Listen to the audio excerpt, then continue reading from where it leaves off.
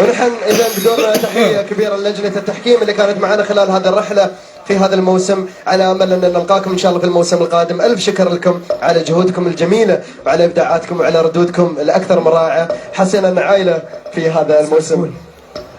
قول شو أقول؟ قول يا سعود. سعود لو سمحت الظرف. الحاصل على المركز الأول بقرار من الجمهور في هذا الموسم، واللي يعتبر نجم الخليج ونجم الأغنية الخليجية،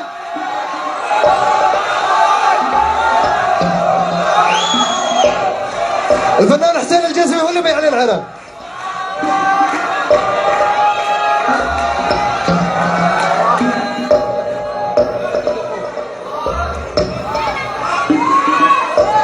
المركز الأول فارس اليمن فؤاد. ألف مبروك لفؤاد اليمن حصوله على لقب نجم الخليج، نجم الأغنية الخليجية في هذا الموسم.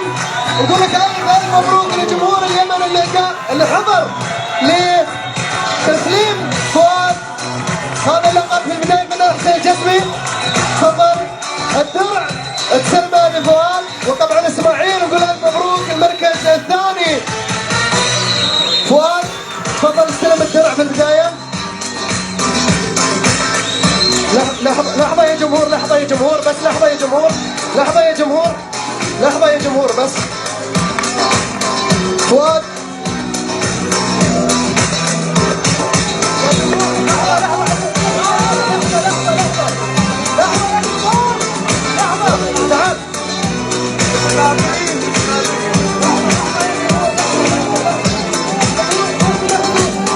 في البداية تفضل الفنان حسين الجسمي. جمهور تفضلوا. طبعا العائلة، عائلة فؤاد كلهم حاضرين، واهل فؤاد كلهم، والدبلوماسيين من اليمن والسفارة اليمنية في لبنان مو قادرين نوصل له نحن.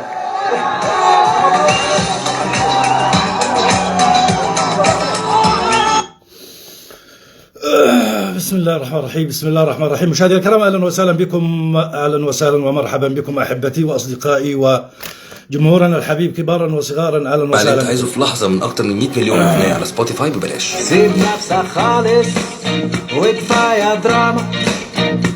سبوتيفاي لكل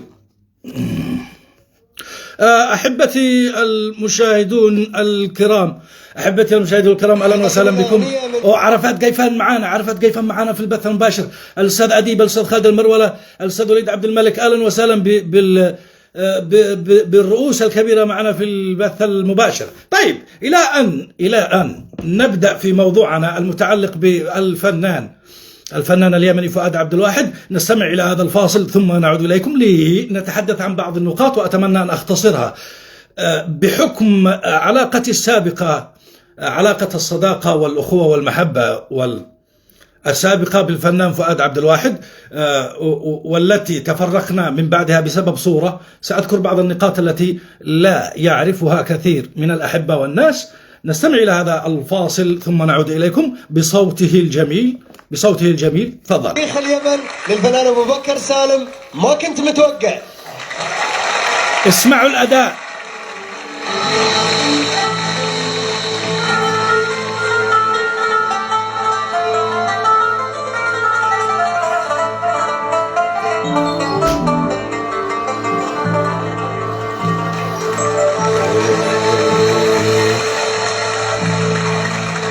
ما كنت متوقع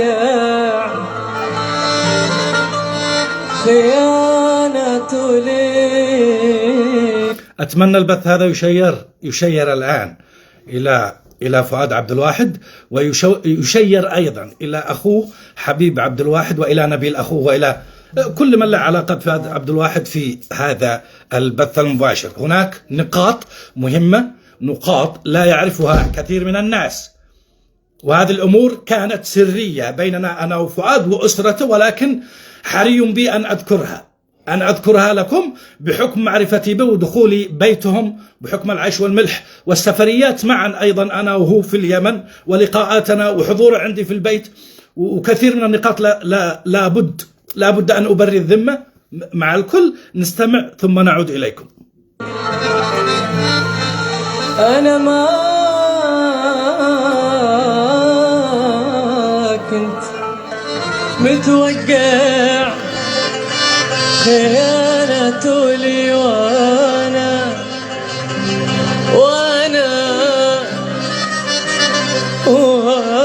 حسوبه بالناس خلي. كم حذروني كم حذروني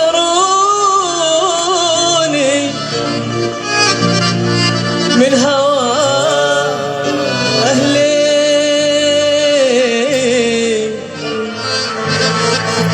كم حذروني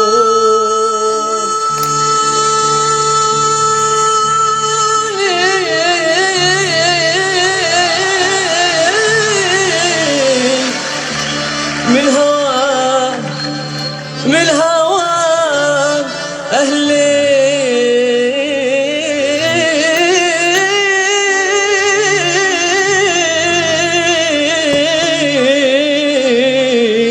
قالوا تحذر، لا لا لا لا لا لا لا لا يخونه، شوفه خاين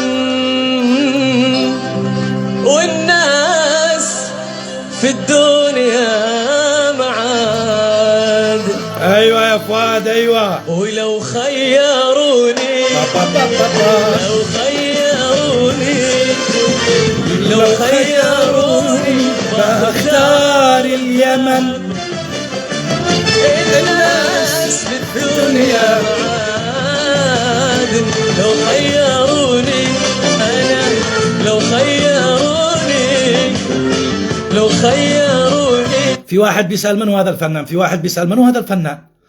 شوف يا أستاذ، شوف، لا تحاول أن تلمس الضيق الذي داخلي. واحد بيسأل من هو هذا، شوف شو أقول لك جواب. وأنا المفروض إني ما جاوبك هكذا. فؤاد العديني بحريني غصبا عنك، ما عاد تفعل. خلينا نسمع بعدين نرجع لكم. وبختار الذهب، الناس بالدنيا معادن،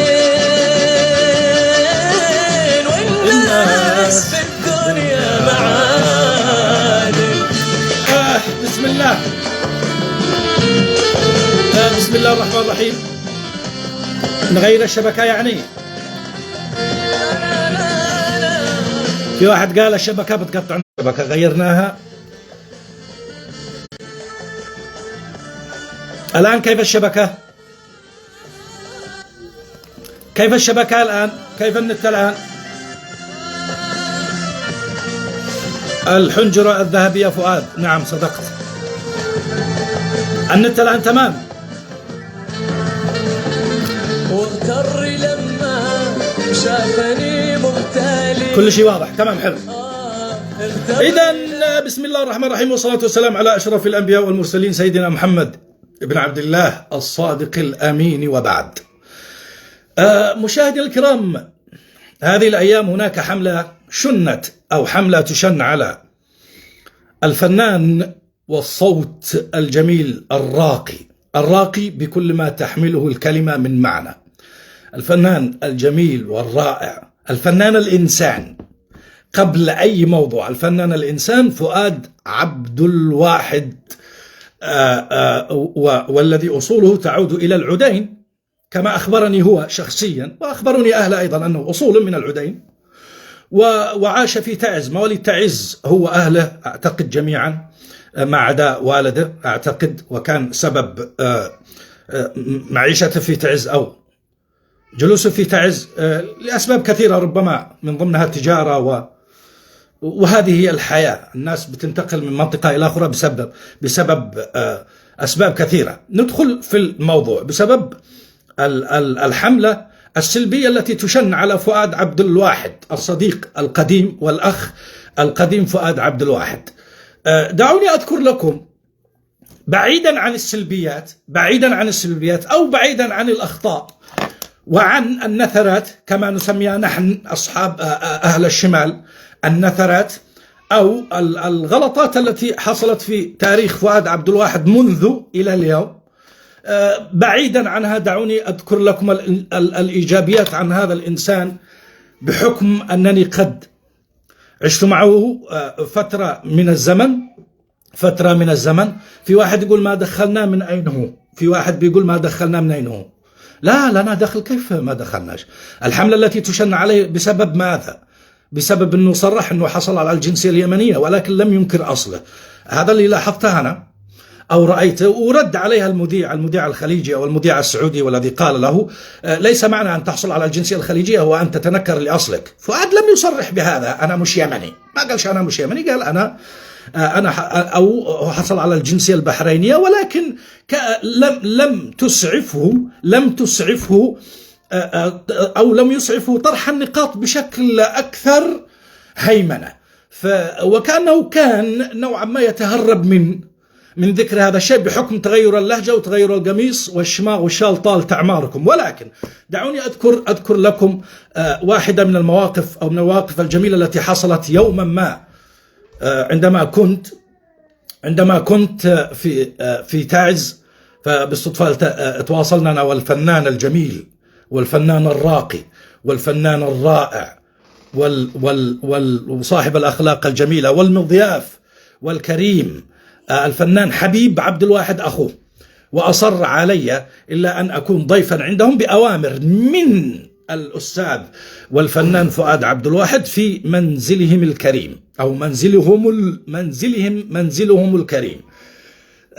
ذهبت وتناولنا وجبة العشاء لا أذكر أو الغداء ما أذكرش، المهم استقبلني أخوه نبيل وأخوته كلهم بحب، حيث أنني كنت يومها كنت لا أزال أحظى بشهرة كبيرة بعد شخصية زنبقة، فرحبوا بي واستقبلوني بكل حب بأمانة.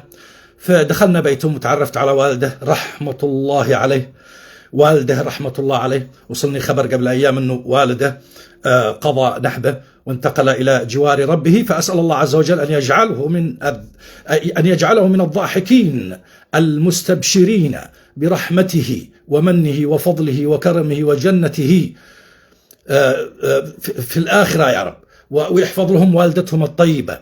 فؤاد عبد الواحد من أسرة ملتزمة، من أسرة طيبة، من أسرة جدا في غاية الروعة. طيب، كنت يوما ما عندهم في البيت، فكان في ضجيج. فؤاد عبد الواحد كان أيامها جاء من برنامج نجم الخليج، جاء من دبي، وصل إلى تعز، وكان ضيفا في تلك الساعات، كان ضيفا عند أسرة بيت هايل سعيد أنعم كما أذكر. فكنت جالس أنا وأهله، فؤاد غير موجود. وصلني حينها أن أبوه كان زعلان منه، كان في حساسية بينهم بخصوص أنه ما هوش راضي بهذا الزخم بهذه الشهرة التي أبوه كان غير محبب لها، والتي هي ترتبط بالأغاني والموسيقى ومثل هذا الكلام. ولكن كان فيه شيء جميل حصل، جعل أبو فؤاد عبد الواحد يغير هذه النظرة ويغير هذا أو يغسل الزعل الذي داخل قلبه. رجع فؤاد عبد الواحد من دبي من برنامج نجم الخليج، كما ذكرت كان ضيفا في بيت هايل سيد أنعم، فكان في معجبين ومعجبات بيجوا لبيتهم، كان في معجبين ومعجبات بيجوا لبيتهم بيزعجوهم بشكل مفرط. يعني تخيلوا ما بين الثانية والثانية والباب يدق. ليش؟ يشوفوا عبد الواحد ظنا منهم أنه في البيت. كان يدقوا الباب يشوفوا فؤاد عبد الواحد يوقع لهم على الفنايل ويسلموا هدايا لفؤاد، ورود من هذا، شابات وشباب وأطفال وصغار محبة في ذاك الرجل. وكان أهل متضايقين يعني من كثر الإزعاج، يعني كان في إزعاج مفرط، ولم يحصل في تاريخ بيتهم وتاريخ حارتهم أنه تحصل مثل هذه الضجة، فكان فؤاد سببها. فكانوا زعلين جدا، وخاصة من البنات اللي كان إزعاج وهذا، ولا نشتي نشوف فؤاد، نشتي يوقع لنا، نشتي نبارك له. فأمه وشقيقاته الله يحفظهن كانوا منزعجات من هذا الأمر. المهم يلا غلقي يا بنتي، يلا غلقي بسرعة. فكانوا متضايقين من هذا الخبر، وكان في إحراج جدا بسبب الإزعاجات وهذا الكلام. كما ذكرت لكم أنا آسف بنا ردد بعض الكلمات أو بنعيدها. على العموم فحصل فاصل هكذا، حصل فاصل، أذكر يوم ما حصل فاصل هدأ البيت شوية، فجد واحدة تدق الباب. الفاصل هذا كان أسرة فؤاد عبد الواحد بيعتذروا من الناس ويقولون لو سمحتوا لا تزعجوناش. فكان في ناس من الحارة بيتجملوا وقالوا للناس لو سمحتوا خرجوا، الناس متضايقين من الإزعاجات والصجة هذه واللمة فالناس يشتوا يرتاحوا ياخذوا قسطا من الراحة ولو القليل، يعني حرام من الصبح إلى الآن وأنتم بتزعجوا الناس. فخرجوهم من المكان، بعدوهم من المكان شوي، قالوا لما يجي فؤاد إن شاء الله وبعدين نتكلم معه ونخليه يخرج معاكم يتصور ومن هذا الكلام. ففجأة جت واحدة تدق الباب، فكان في من الأسرة من كثر ضيقهم يعني فتحوا الباب وقالوا يا أختي لو سمحتي، احنا قلنا بعدين لما يجي فؤاد لو سمحتي توكلي من هنا، لو سمحتي توكلي من هنا بكل أدب. فالبنت هذه زعلت وبكيت، زعلت، هذه قصة حقيقية أنا كنت موجود فيها. فزعلت وبكيت، فقالت أنا آسفة، أنا ما جيت أزعجكم ولا جيت ولا أنا من المعجبات ولا من هذا الكلام، أنا واحدة على باب الله، أنا جيت من دار الأيتام، جيت من دار الأيتام، تفضلوا هذا الملف، هذا ملف ولدكم فؤاد عبد الواحد، حيث وأن فؤاد كافل يتيمين عندنا. هذا الكلام لأول مرة يخرج، وأنا متأكد أن فؤاد عيتضايق من هذا الكلام وما يحبش أن أحد يعرف بهذا الموضوع، ولكن من حقي أني أتكلم عن الإيجابيات التي رأيتها في حياة هذا الإنسان، ولا بد أن أشهد له في هذه الحياة بأمانة، أشهد له من أعماق قلبي، لأني رأيت أشياء. نحن نرى أنفسنا أننا الأخيار في الأرض، ونحن لم نقدم شيئا لله ولا لرسوله إلا القليل. ففؤاد بيعمل أعمال خير في السر. عموما البنت هذه قالت هذا ملف فؤاد عبد الواحد عليه متأخرات، لأنه تأخر في المسابقة في دبي أو مدري فين تأخر، فهذا الملف حق أبنائه، حق الأيتام الذي هو كافل لهم في دار الأيتام، فعليه سداد مبلغ، جزء من المبلغ علشان نقدمه للأيتام. ومشيت وهي بتبكي. أمه وشقيقاته كانوا منصدمين من الخبر، يعني أمه وأبوه وأسرته ما حدش داري بهذا الخبر، ما حد داري، يمكن للدار فقط أنه كافل ولد وبنت أيتام في تعز. فأعطتهم الملف وذهبت وهي تبكي. فأبوه خرج أو أخوانه، إيش الموضوع؟ قالوا هذا ملف جابوه من دار الأيتام، قالوا حق فؤاد مدري ايش، وشرحوا لهم الموقف، قالوا الحقوا البنت ورجعوها لها أنا. فرجعوها، فحدثتهم بالموضوع، فوصل الملف إلى يد أبو فؤاد عبد الواحد. الله لو تشوفوا دموعه وتشوفوا كم بكى لما عرف بهذا الموضوع. قال الآن عرفت، الآن دريت باللهجة التعزية، ولكن لا بد أن أتكلم بالفصاحة حتى يفهم الأجانب، حتى يفهم البحريني.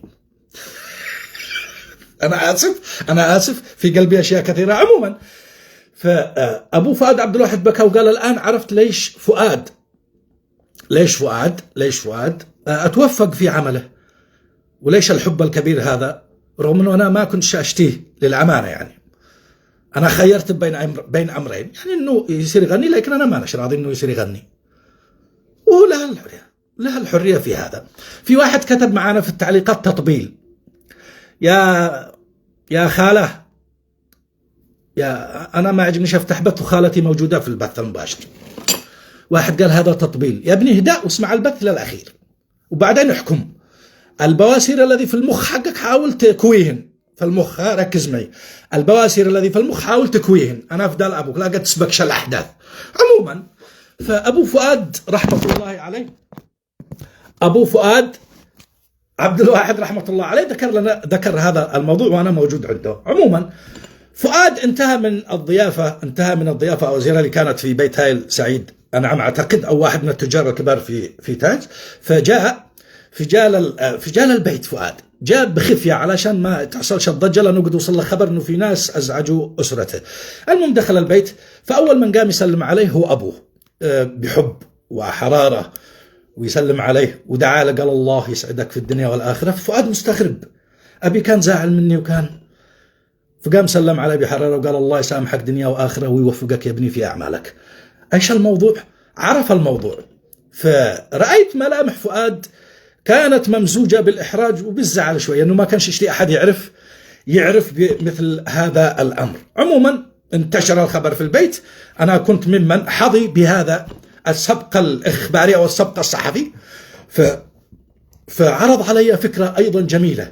الرجال سباق للخير للأمانة، عرض علي فكرة كانت في غاية الجمال. قال يا نبيل فرصة، بما أنك عرفت الموضوع وأنا الأيتام حقي وأولادي هم في بالي، ولكن بسبب السفرية وسبب الرحلة الطويلة اللي كانت في نجم الخليج تأخرت عليهم، فكان سباق لفعل الخير. فكلمني قال ايش رايك يا نبيل نسوي لهم لفتة جميلة، نصير أنا وأنت، وأيضا أعوض عن الإحراج الذي حصل وأعوض عن التأخير الذي حصل، نصير أنا وأنت بما أنك جيت تعز معك كان فعالية أو مهرجان وطلبوا شخصية زنبقة، إن بالإمكان نصير نسوي لهم مسرحية أنا وأنت بشخصية زنبقة هم بيحبوها، وأنا أصير أفعل وصلة مما آتاني الله من إنشاد أو من غناء. أو كان معي أيامها أيضا توفيق الأضرعي على ما أذكر، أعتقد توفيق الأضرعي كان معي الله يحفظه ويدي له العافية. فقلنا يلا تمام.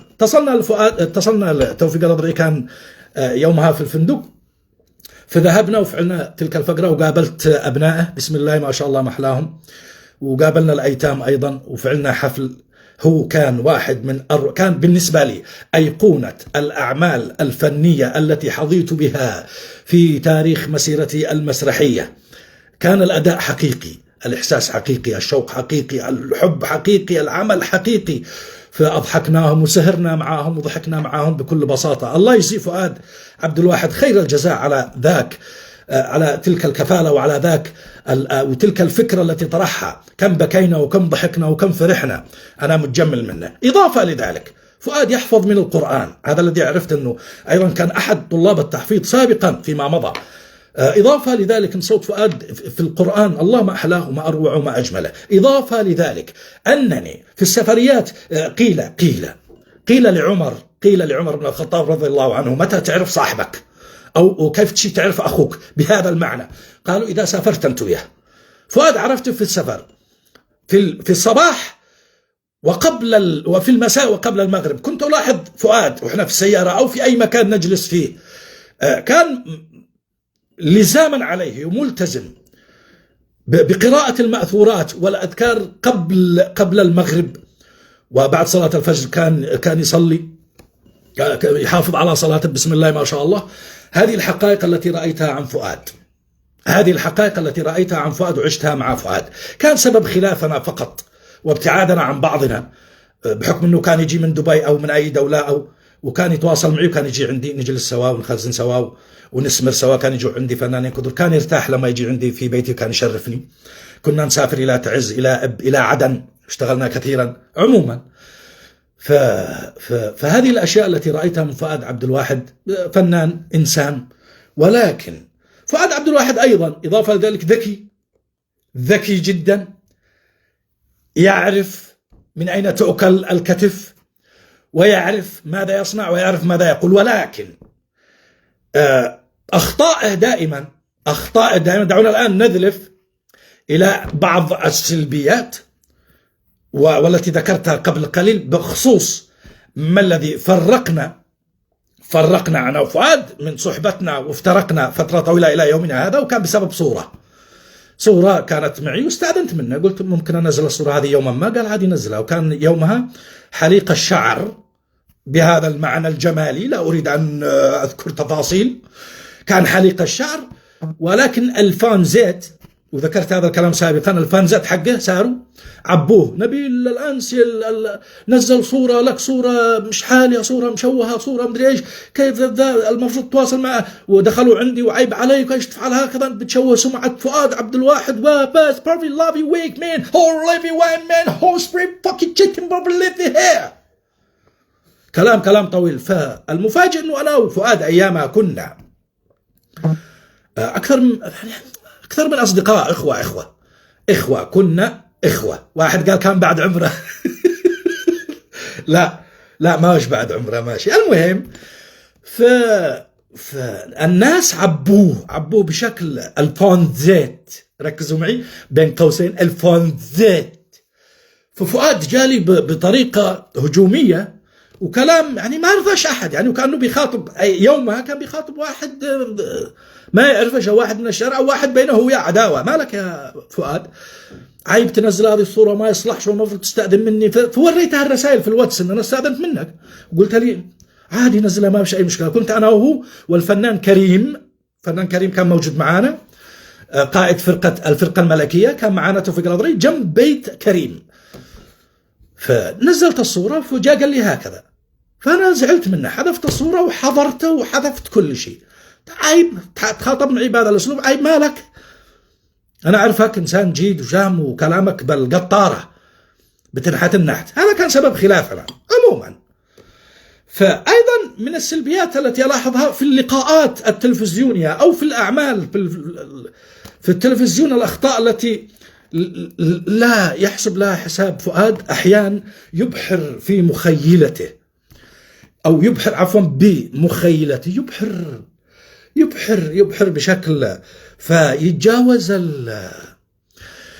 يتجاوز الوقائع، يتجاوز الحقائق والحقيقة التي نعرفها كلنا، يعرفها صغيرنا وكبيرنا، من الخليج إلى الخليج، من اليمن إلى الصين، نعرفها كلنا. فؤاد من تعز، فؤاد من أبناء العدين، فؤاد له أخ فنان جميل فنان راقي، ولكن فؤاد خانه التعبير.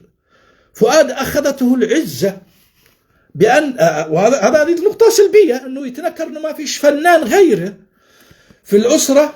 فأنا ذكرت مرة هكذا في بداية الحرب على اليمن، جربت البس عقال، فسألني واحد، جربت البس عقال وشماغ، فسألني واحد قال لي كيف إحساسك طال عمرك؟ قلت يا أخي والله جاني إحساس أبغى كذا أقصف اليمن، جالي إحساس كذا أبغى أقصف اليمن وأخرج اليمنيين كلهم من هناك، وأدور المتهربين في العزب وأجلدهم. كان بسبب كان في جيبي 500 سعودي باينة هانا، ودرهم إماراتي وقطري، والمهم كلها ريالات، مش 500 ريالات كلها. المهم وين ياباني والثوب ماكو يطال عمركم، ولابس فانيلا كونس لا هانا، ده الإحساس. فللأمانة أحيانا الزي كما عندنا، كما نفهم احنا ونحفظ احنا في عالم الدراما أو في عالم السينما، متى تحس انك تغيرت في الأداء أو أدائك انطلق أو تحسنت في الأداء أو في تغير حتى في الحركة، في اللمحة، في النظرة، في الدراما، في السينما، هو عندما تلبس أو تشكل لك كاركتر جديد، لبس جديد وشكل جديد، لحية، شعر كان أو أي شيء، فتبدأ يتغير أدائك يتميز، يا إما يتميز يا إما يفشل. كذلك الأزياء الهيهي والهيهيوي والهوهو، مش عند الناس كلهم، لا، البعض بس، البعض القليل، مع حبي واحترامي لكل الخليج. ولكن هل كان اللبس السبب؟ وطال عمركم أنا أفدالكم، أنا أفدالك يا عبد الله الرويشد، أنا أفدالك يا عبد الله الرويشد، أنا أفدالكم. عندنا هناك بتعز نقول أنا أفدالك، في اليمن كلهم يقولوها، ولكن المهم فطال عمرك. أنا ما في معي أخ أنا الوحيد في الأسرة الفنان، وحبيب عبد الواحد صوته يلعلع في كل. حبيب عبد الواحد إذا رأيت هذا الفيديو اعرف أنني أحبك لله في الله، قسما بالله، وأحب أخوانك وأحب فؤاد رغم السلبيات. أنا معي سلبيات بعدد شعر حياتي، مش بعدد شعري هذا، بعدد شعر حياتي سلبيات. وأقسم بجلال الله لو أفرغ لنفسي يوما ما وأحدثكم عني وعن سلبياتي، أقسم بجلال الله ستضحك حتى الدواب علي، والله ستضحك حتى الدواب ستضحك علي من سلبياتي. لنا سلبيات ولنا أخطاء، ولكن علشان بس أذكر صديقي وأخي فؤاد عبد الواحد، انتبه، تكرر مثل الأخطاء التي حصلت في لقاءاتك. أحيانا تهوش وأحيانا تخرج من قوقعتك الجميلة الذي عرفناها. على من بتكذب؟ سؤال، على من بتكذب؟ حبيب فنان وصوت محترم. أنت فضحت شيء واحد في ذاك اللقاء عندما قلت أنت الفنان الوحيد في الأسرة، أنه بينكم خلاف أنت وحبيب، بينكم خلاف شخصي من البيت، خلاف شخصي، قد ربما تلاعنتوا، قد ربما تضاربتوا، قد ربما حصل بينكم شيء. يا رجال ما أكلش ورثك ولا قطع رزقك، لو بينكم أنت وأخوة. أنت فضحت هذا الشيء. أما أنك تنكر والناس جميعهم صغارا وكبارا يعلمون بحبيب ويعلمون بصوته، فهذا كان خطأ فادح. أنت المفروض السباق يا فؤاد عبد الواحد لدعم ذاك الفنان الجميل، حتى لو كان عنده سلبيات. ما تدخلها الخليج، وقد سمعت انه دخل الخليج وبعدين خرج لا ادري ما السبب، جلس عندك سنه وما توفقش، فعل البوم وما توفقش، ادعمه من بعيد او اسكت. واحد بيقول حبيب مش اخوه، في واحد بيقول حبيب مش اخوه، المرضعه حقه. كيف حبيب مش اخوه؟ يعني حبيب المرضعه حقه، حبيب أخوه. يا تلفون البلاوي، حبيب أخوه، تعرفت عليه وجلست بيننا عايش ملح جلست، حبيب أخوه، حبيب أخو الفنان فؤاد عبد الواحد، حبيب عبد الواحد. عموما هذه أيضا من السلبيات التي ذكرتها بخصوص فؤاد، حاولت إني أذكره. انتبه في اللقاءات، حاول تركز، حاول تتيمنن، حاول ولو محاولة تتيمنن. حاول يا فؤاد أيضا الابتعاد عن السلبيات اللي بتحصل في الكليبات اللي بتنزلها والأغاني اليمنية، وخاصة التراث اليمني والإرث اليمني الفني الذي دائما ينزل أو دائما نتغنى به في حياتنا، ونشوفك تنزله في مواقع التواصل أو في الحفلات أو على الMBC أو على أي قناة. بنشمئز لو ما نشوف عنوان الأغنية تراث يمني مكتوب عليها فلكلور شعبي فقط، ينتهي العنوان هنا فلكلور شعبي. ليش ما تكتب يمني؟ هل عالضيعة الجنسية مثلا؟ سؤال، عالضيعة الجنسية، عيطير الشماغ، عترجع على ورزان، عترجع على الحوبان، عسير تشرب دخان مودرين في دكة بيت المحضار في حضرموت، عتضيع، عتتبهذل. لا. تذكر أبو بكر سالم، تذكر مسيرته والذي أنت تتغنى دائما بحبه وبأصالته. تذكر عبد الرب إدريس العملاق، تذكر أحمد فتحي، تذكر بلقيس، تذكر أروى التي آخر أيام مات أبوها وجدت تكبرها أعتقد في شبوة أو مدري في أي محافظة يمنية. اتذكر أنه إحنا اللي طلعناك، إحنا اليمنيين، ما أقولش أنا، إحنا اليمنيين الذي طلعناك وخسرنا أموال يمنية، عملة يمنية، وساهمنا في ظهورك. ليش؟ لأنك فنان جميل وصوت جميل. هل كان الذي حصل، أنا يمني وأنا منتعز، هل كان دغدغة للعواطف وكنت تبيت لنا الذي حصل قبل أيام في اللقاء، أنه بعد ما أتمكن وبعد ما أظهر وبعد ما أغير لهجتي طال عمرك، العالم يعرف، العالم يا فؤاد، العالم يعرفك والذي لا يحلف إلا به، العالم كله يعرفك أنك يمني من أصول يمنية من العدين. هل يعني إذا تكلمت خليجي طال عمرك تغيرت اللهجة راح يقولوا لك أنك بحريني طال عمرك؟ لا من مشكى يا فؤاد، أنا صاحبك وأنا أخوك. إذا ما سمعت الكلام والله لا نرعفك، والله لا نرعفك من بعيد. دارش معنى نرعفك ولا قدك ناسي طال عمرك؟ يعني ندق خشمك لين يسيل الدم، ندق خشمك لو ما يسير الدم. فؤاد طالع الناس كلهم يعرفوا من أين أنت. يعني اللهجة عتقول لي أنا بحكم معيشتي في الخليج وحكم بدأت أنسى اللهجة. أنت لك 40 سنة في بطن أمك، و40 سنة و40 سنة تحبي في اليمن، و40 سنة في بطن أمك في اليمن، و40 سنة رباك أبوك وأكلك وشربك، و40 سنة لبست حفاضات بيبي جوي ولا شوايل. أنت كنت تلبس شوايل يمنية وعادك جاهل، كان يقمطوك بنه، كان يقمطوك يا فؤاد بالشوايل، وهذا باليمن، وشقيت وتعبت، وهذا لا ننكر ذلك. أنت صوت جميل وإنسان جميل، ولكن يجب أن نعيش نفحشك شوية، نقرشك شوية، لا تتنكرش، الناس كلهم يعرفوك، والله نعرفك، نعرف من طينتك ونعرف من أصلك، ونعرف أنه 40 سنة في بطن أمك، و40 سنة حفاضات، و40 سنة أبوك بزاك، و40 سنة عشت في تعز، و40 سنة شقيت في اليمن. في اليمن لا تقوليش أنك نسيت اللهجة في 6 سنين أو 7 سنين أو 10 سنين في، لا. أول تعرفني عز المعرفة كنت تضحك مني لما تفلت منك كلمة خليجية ولا من أي واحد، كيف أصبنهم.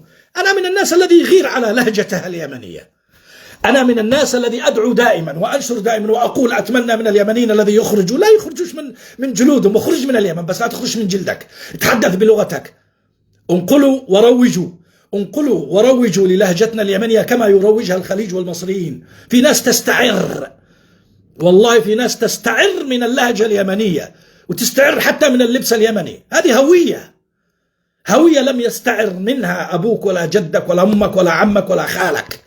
تطلع لي في القهوة وانت تتكلم خليجي، والله كلنا بهذا الشكل يا فؤاد، كلنا هكذا، كلنا ننظر إليك بها، حتى الخليجيين يا فؤاد، والله يا فؤاد حتى الخليج هكذا ينظروا لك. وش فيه ذا؟ يموني من العدين من تعز، وش فيه امه ذا؟ يقلد لي خليجي، وفوق هذا يكسر، ما يعرف يتكلم ولا يتحدث. ايش معه ذا؟ خلاص حصل على الجعسية مش عارف ايش قد ذا. وش فيه؟ ما يا أخي ما أحلى الأصيل في عيون الناس، ما أجمل الأصيل يا فؤاد في عيون الناس، بلهجته بثوبه بجلده بلهجته بكلامه بطبعه. أحببناك يا فؤاد، أحببناك، لا تنسى ذلك، أحببناك وأحبك الخليج وأحبك العالم كله في أول ظهور لك باللهجة اليمنية.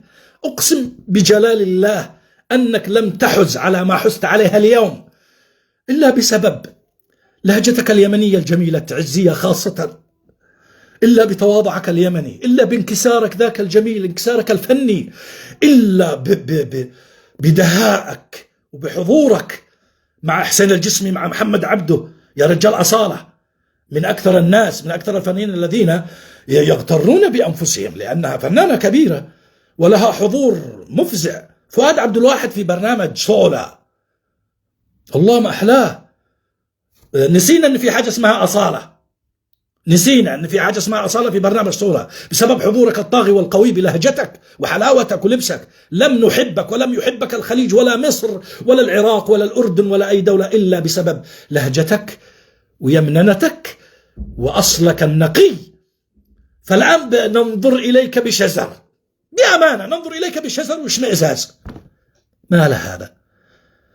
يجب أن تعي حقيقة هذه النفسية عند الناس عندما يروك بهذا الشكل. هناك أجيال تأتي من بعدنا لم يعرفوا فؤاد عبد الواحد، ولكن عندما يسمعك يقولوا الله من هذا الفنان، فيأخذوا السيفي الخاص بك يا فؤاد، السيفي الجيل الجديد، ويعرف حقيقتك. الناس تكره الشخص الذي يخرج من جلده، الشخص الذي يتنكر إلى أهله. حبيب عبد الواحد تاجك، حبيب عبد الواحد. أذكر أنه أيام يا فؤاد لم ينم فيها، أيام مسابقة الخليج، تعب وضاق، كان يشرح لي وهو يبكي، تعب وضاق وتمردغ علشان أخوه يصل لما وصل إليه. يا فؤاد أنا محروق لأن يعرف حبيبه بيننا عيش وملح، حبيب الذي أفنى من حياته الكثير ليصل أخو فؤاد إلى العالمية. يا فؤاد نترك كل شيء على جنب، بالله حبيب أنت أفداله.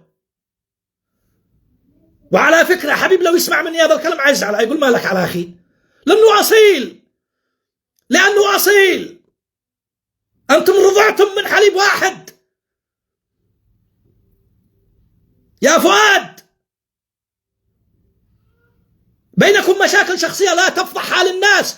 أنت فنان مثقف وتعي ما تقول، ولكن أرجوك لما تخنق عقلك، لما تخصي عقلك تخنقه بالعقال والبذاء، بتضيع أشياء كثير، بتفوت، والله بتفوت. أحيانا تشطح بهذا المعنى، أحيانا يا فؤاد تشطح شطح ما بش لأمه داعي، والله ما بش لأمه داعي.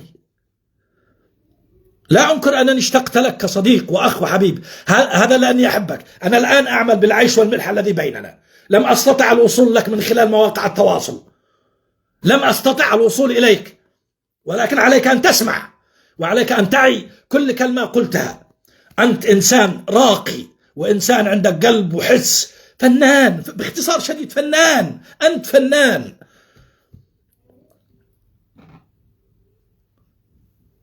الذي قلتها أنت يشرح الكثير عن علاقتك أنت وحبيب. لا تنسى هذا. حبيب عانى الأمرين لتصل إلى ما وصلت إليه يا فؤاد. أنا أكثر شيء أغاظني هذا، طز في الشماغ والعقال، وهذه سلبية نشمئز منها بأمانة. ما أحلاك لما نشوفك باللبس العادي، البس لبس عادي. إذا ما عجبكش اللبس اليمني البس لبس عادي وتكلم يمني، نفدها لك. ما أحلاك، بنتحايل لك كلنا، بنقول الله. هتقول لي طز في اليمنيين يتحايلوا ولا ما يتحايلوا؟ لا، احنا الذي رفعناك، احنا الذي رفعناك، واحنا الذي ننسفك. لا تنساش هذا. نسفنا الكثير من الفنانين، هكذا فعلنا ابو مال. السوشيال ما يرحمش يا فؤاد، السوشيال ميديا ما يرحمش، الناس ما ترحمش. الناس خسروا من جيوبهم، الناس خسروا من وقتهم، الناس خسروا من جيوبهم وخسروا من وقتهم في اليمن علشانك، علشانك والله، علشانك، علشان تصل إلى ما وصلت عليه. أما أنك توصل وتقلب نفسك حمد آل ثاني مدري جاسم مدري جعسم الهويوي، فهذا خيش في حسن بشيرة. عقب المنايا ما شكت من قلب حسير، يغلي من الوقت صرفت مناياه، يلي على فنجة الحب تربع سفيه، خلت من قلوب الحشوشة نخرهاه. يمني، يمن، انت يمني، انت يمني فداكك. مطر مطر والضبابين يدور مكان، يا ليت وانا سقيف. مطر مطر والضبابين شوق، قلبي كبير عمري صغير مالي أخير. لندن ما بين دبي الغالي وواشنطن، أنت من صحيف جند تفرقنش في ساري. فؤاد، أنت تعرفني وتعرف حقيقتي، أنا هكذا في وجهك، في وجهك، وأنت تذكر هذا الكلام. يوم نسفتك نسف لما رجعت من لقاء مباشر في التلفزيون، وذكرت أشياء يعني شوية سامجة، وجيت عندي البيت وفي بيتي وإحنا جالسين أنا وأنت مخزنين بنموت ضحكة، نسفتك نسف كنت تموت من الضحكة. يا نبيل بس، يا نبيل خلاص، كانت تقول لي هكذا يا نبيل بس. فأنت تعرفني ما أناش منافق، أتكلم في وجهك بكلام لا، أنا قلت الذي عندي، وأختم بهذا الكلام مش لأجل أني أكسب محبتك ونرجع إخوة مرة أخرى، أنا يشرفني، ولكن خذ حقيقة ختام كلامي الآن. أقسم بالذي لا إله إلا هو أنني لا زلت أحبك وأحترمك، والذي لا يحلف إلا به. الآن ما هيش فقرة دغدغة عواطف، ما هيش فقرة دغدغة عواطف، لا، أنا من حرقة، لأنه بيننا عيش ملح، وأعرف الإنسان اللي داخلك، وأعرف الأصيل الذي داخلك، وأعرف حقيقتك. أنا أحبك وأحترمك والذي لا إله، ولا أنكر أنني أتمنى أن احنا نرجع نتواصل ونرجع أحباب وأصحاب. سنفيدك مع الأيام حتى لو ما فدناكش. أرجوك حافظ على اليمني النقي الجميل الذي أحببناه وسهرنا علشان وضيعنا أموالنا وصيحنا وجننا. حافظ على هؤلاء الذي طلعوك، أرجوك ركز على حواراتك في كل لقاء، ركز على حواراتك في كل لقاء، رتب. يجب أن تعي ما تقول، يجب أن تعرف خلفية المذيع الذي سيقابلك. في مذيعين خطيرين وخبيثين يوقعوك في وحل الترهات، في وحل القبح والتنكر للأصل والفصل. انتبه وركز وحافظ على فؤاد عبد الواحد العديني أو التعزي أو أي حاجة، اليمني الذي أحببناه والذي لطالما كان حديثنا في مجالسنا. فؤاد عبد الواحد، كنت حديثنا في مجالسنا فؤاد. أين أنت اليوم؟ أين أنت؟ والله ما عاد أحد بيذكرك، ما عاد بتذكرك كلها روتانا، بس لما نشوف كليب ولا نشوف أغنية وما بنسمعش. اتذكر أبو بكر سالم، اتذكر عبد الرب إدريس، اتذكر أحمد فتحي، اتذكر أروى، اتذكر الفنانين علي بن محمد الذي لا زالوا يمتلكون من الحب الجم الذي لو وزعوه على كل أهل الأرض لكفاهم، بسبب أصالتهم في لهجتهم وفي كلامهم وفي أصالتهم انتبه. أصيل، أذكرك، أصيل عبد الواحد أصيل أبو بكر سالم، والكل يعلم ذلك، في لقاء عندما سألها المذيع قال أنا سعودي ما أنا بيمني، وأبوه دخل في الخط قال يا أصيل خلك أصيل. من يومها يا فؤاد هل زد شفنا عمل لأصيل؟ هل زد شفنا عمل لأصيل أو كليبات أو عمل فخم؟ انتهى لا حب لكرها قلبي معي لها وحبها فيه.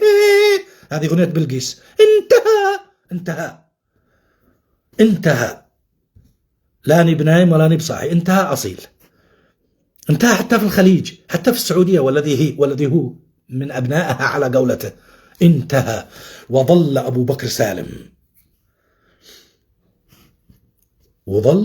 بكر سالم عملاق في فلك اليمن الحبيب وفي الخليج العربي وفي العالم الأول. المدرسة الوحيدة المتفردة بثقافتها وفنها. ظل أبو بكر، ظل ملك إلى أن لفظ أنفاسه الأخيرة، ولا زال اليوم يذكر بحب. صغيرنا وكبيرنا يدعو له بالحب ويدعو له بالرحمة. الفنان الجميل أبو بكر اللي غنى لليمن، غنى كل شيء في هذه الحياة عن الشجر والحب كل حاجة، كل شيء. ختاما وأذكركم بما قاله المصطفى صلى الله عليه وسلم في حديثه الشريف. قال النبي صلى الله عليه وسلم: من صلى علي صلاة واحدة صلى الله عليه بها 10. نصلي على رسول الله وعلى آله وصحبه وسلم. وأعتذر عن الإسراف في الحديث، ولكن أغاضني بأمانة، أغاضني الكلام الذي بنسمعه من بعض الناس عن فؤاد عبد الواحد، بحكم أنه صديقي، بحكم العيش والملح الذي بيننا. كان حري بي أن تعرفوا كل هذه التفاصيل. وفؤاد يستحق مننا كل الحب بأمانة. فؤاد أخي، إذا هو غلطان هكذا أفعل به، أقرشك قرش. فؤاد أصغر مني، إذا هو غلطان أقرشه. فواجبي أن نفعل هكذا. أيضا الفنانين والفنانات الذي بيطلعوا في السوشيال ميديا بيحاولوا يغيظونا بأشياء سفيهة، يعني بيتحرشوا بأحاسيس. أنا فهمتوا؟ الفنانين الذي بينزلوا حاجة تستفزنا وبيزعلوا لما نقرشهم. علاش تزعل؟ فكر قبل ما تنزل أي شيء، فكر هل هذا صح ولا لا؟ هل هذا سيغيظ مجموعتي وناسي وجمهوري؟ فكر. ولما نجي نقرشك لا تزعلش، أنت اللي فتحت الباب، ومن دق الباب قالوا سمع الجواب. فنانين وفنانات هم موجودين معي الآن في البث المباشر وعارفين إيش ما أقصد. أنا أحبهم، ولكن أنا من الناس اللي ما أقدرش أخبي شيء في قلبي، وهم يعرفوني. ما في قلبي على لساني، أنعث. لو أخبي في قلبي عدد ود وأموت واقفا. أنا أحبهم، ما بش بيني أنا وهم أي عداوة، ولكن أحبهم. لهذا لا تنزل شيء يستفزنا وشيء يفحر قلوبنا وبعدين تزعل إذا قرشناك في التعليقات ولا في أي شيء وتجي تشتكوا لي للخاص ولا هذا. ليش هكذا يا ابني؟ عدل منشورك ساعة الناس.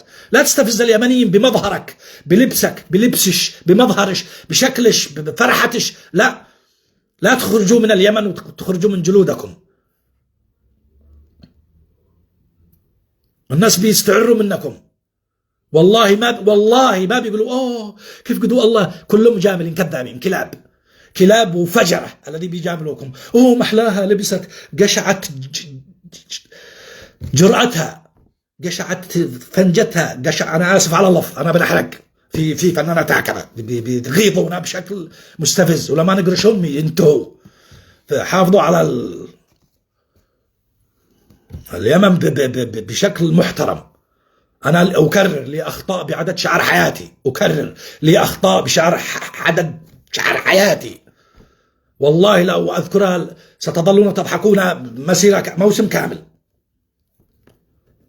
ولكن النبي صلى الله عليه وسلم يقول إذا بليتم فاستتروا. هذا أقل شيء. النبي من أخلاقه صلى الله عليه وسلم يقول إذا بليتم استتروا. هذا أقل شيء.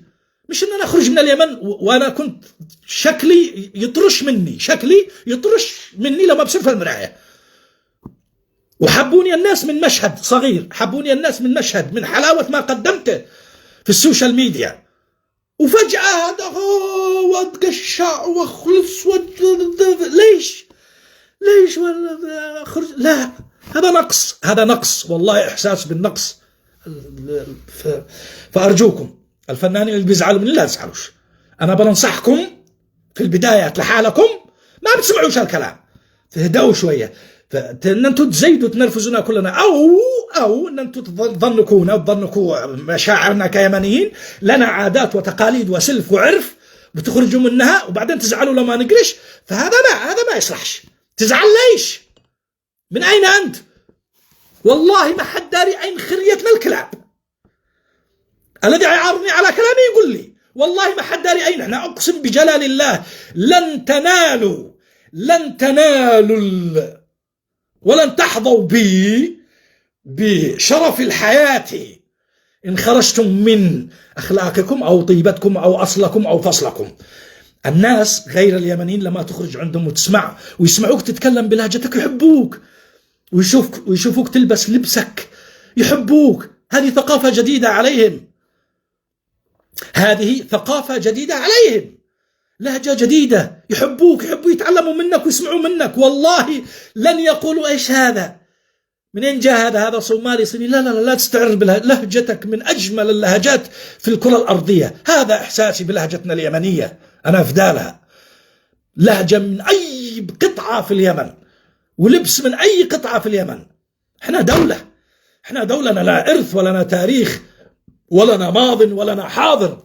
فلا تدعوا سفهاء اليوم ورعاء اليوم والزبالة اليوم من البشر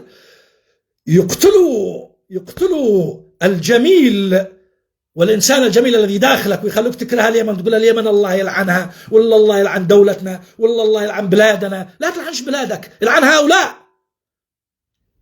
العن هؤلاء السفهاء الذي جعلوا من اليمن في نظرك. لا، يجب أن تدرك ما تقول وتعي ما تقول. تحياتي لكم. أنا آسف طولت في الكلام، معي شعرها أنا مشي حقي. دائما إذا ضعف البث سنب هذا. ليش تقوي البث؟ أنا مضحك. مهرتي عملي ممثل، يعني لازم تضحكوا. أيوة لازم. عموما أنا آسف على الإسراف في الحديث، أنا آسف. وإن شفتوا شيء غلط أو هذا فاعرفوا أنه من الشيطان ما هوش مني، وبسبب المرضى الذي وقعت لي هذا ال3 أيام. أعذار قبيحة صح. المهم أنا قلت لي عندي وبس، هذا اللي في قلبي. السلام عليكم ورحمة الله وبركاته. تحياتي للجميع.